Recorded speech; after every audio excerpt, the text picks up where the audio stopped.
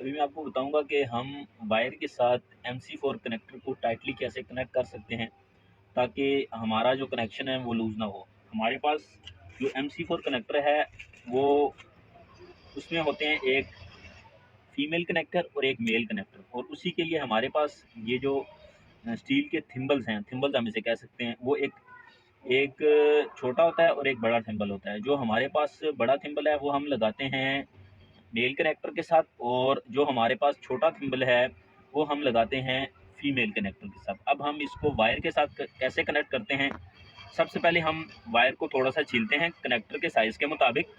उसके बाद हम उसको थोड़ा सा ट्विस्ट करते हैं। ट्विस्ट करने के बाद फिर अब हमने चेक करना है कि हमारा फीमेल कनेक्टर के अंदर कौन सा थिम्बल लगेगा। तो ये जो छोटा थिम्बल है ये हमारा फीमेल कनेक्टर के साथ लगेगा, ठीक है।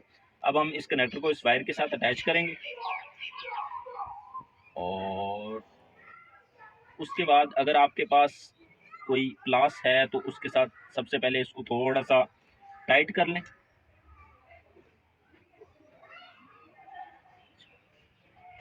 टाइट करने के बाद ये हमारे पास है थिम्बल प्रेसर। इसके साथ हम इसको, क्योंकि 6 mm का है तो 6 mm के ऑप्शन के अंदर हम इसको रख के प्रेस करेंगे, टाइटली प्रेस करेंगे।